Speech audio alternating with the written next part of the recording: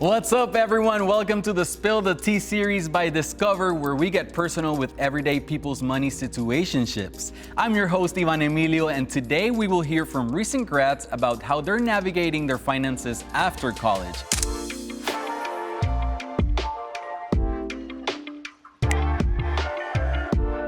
All right, so today we got Jess, we got Ashley, Danny, and Jocelyn. So, are we ready to spill? Yes. Let's do it. Hi, I'm Jess, and I'm a first-gen college grad, also author, and talk all things about how to navigate higher education and your early career as a first-gen adult.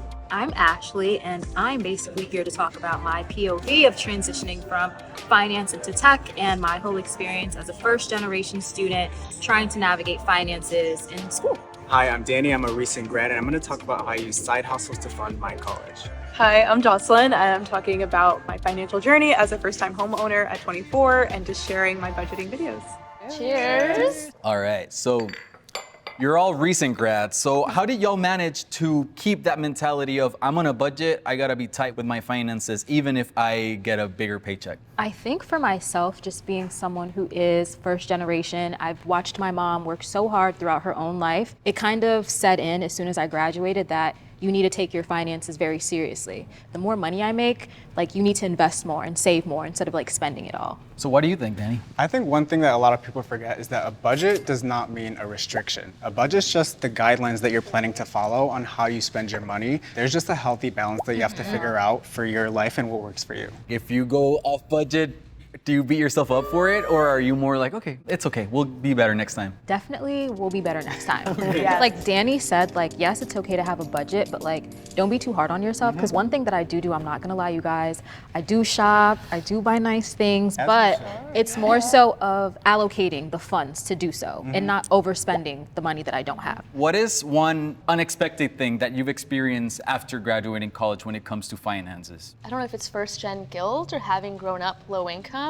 but I think for me something that was hard to adjust to is I've worked so hard, I can go on that really nice Right. vacation, Like, or I treat can get a yourself. slightly better apartment and not feel guilty about it just because previous generations couldn't. I completely agree with that. I think that there are times where, if you treat yourself to something that your parents never had or your family has never experienced, it's kind of a guilt feeling of, my parents have never done this, and why do I get to do this? But it's part of the process. The reason we worked so hard was to have this moment, and I don't want to waste it. What is one financial decision that you made in college that you would do differently today? I think for me, one thing that I did, especially freshman and sophomore year, was saving just to save. But Right. what am I saving my money for? Right. So in junior year and senior year, then I started splitting it up. This is for a down payment, this is for travel, this is for a fund bucket. So just saving to save money wasn't useful for me. What is that one thing that every month you treat yourself to that you'll never regret? For myself, I love to eat.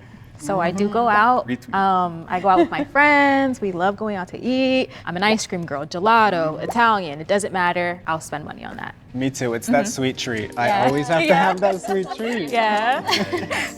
And you run your own businesses. What are some things you've learned? I think it's just trying things and ultimately finding something you're passionate about. Because I love fashion, so now when I go out and source clothing, I make these designs, it doesn't even feel like work. For me, it was important to have multiple streams of income and multiple side hustles. So if one thing I'm okay, this is taking too much time or it's too much work, I'd be okay taking a break from that and doing something else. Okay. What inspired you to make the decision to start saving up, even at such a young age, to be oh, I'm gonna save up for a home, and it actually happened? I think growing up, I grew up in a low-income household, and I didn't have a lot of things that a lot of other people had, and I think that always made me want a home of my own, because I knew it would be mine, and I've earned it and I've worked for it. And then last year I was kind of just looking at my finances, and the economy we live in right now is just very difficult. It's not ideal. So that is when I made the decision to get a second job, because I knew it would be temporary. So I definitely think it was worth it. It was a very stressful 8 months of working 2 jobs, trying to balance my family, my friends, but it's definitely one of my life goals, and I'm so happy I got to achieve it at a young age. It's incredible. So Ashley, you went to a big name school. Was the price tag worth it? So if I could go back in time, I think I would choose the lesser known school that was more affordable for me than the name brand school. Because ultimately I feel like you still, if you do the work and you know, do all of that, like you'll end up in the same place anyways. It doesn't really necessarily matter where you go to school or even how much you pay for school, but the work that you put in your career to end up where you want to end up. So that's what I learned from that. Loud budgeting has been a buzzword this year. What even is loud budgeting, and do y'all loud budget? From what I understand, I think loud budgeting is like having that transparency with your friends or with your family, just like talking about finances so everyone's learning together. That's what I think, at least. I've personally seen loud budgeting with one of my friends who was trying to quit her corporate job to take a year and write a book. And so for her, what that really looked like was being transparent with friends, saying, hey, my budget's going to be very reduced because I'm trying to save money. This is a big goal that I have. So that you didn't have to have that consistent conversation of like, no, I can't do that fancy dinner, or I can't go on that trip.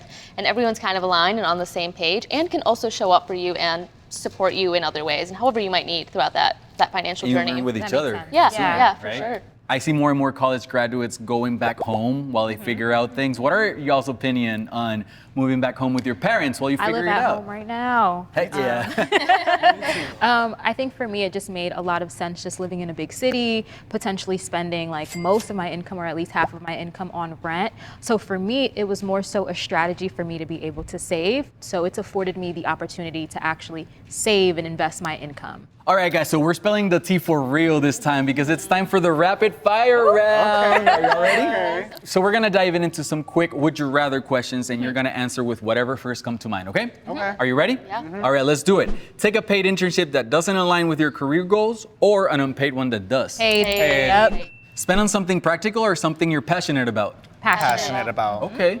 I was gonna say practical. Have a side hustle to boost your income or focus solely on your main job. Side hustle, always. All the way. We all agree on that one. Yes. A huge thank you to our amazing guests for sharing their insights on navigating finances as recent grads. We hope you found inspiration and practical tips to help you manage your money out in the real world. Until next time, and good luck on your financial journeys, everyone.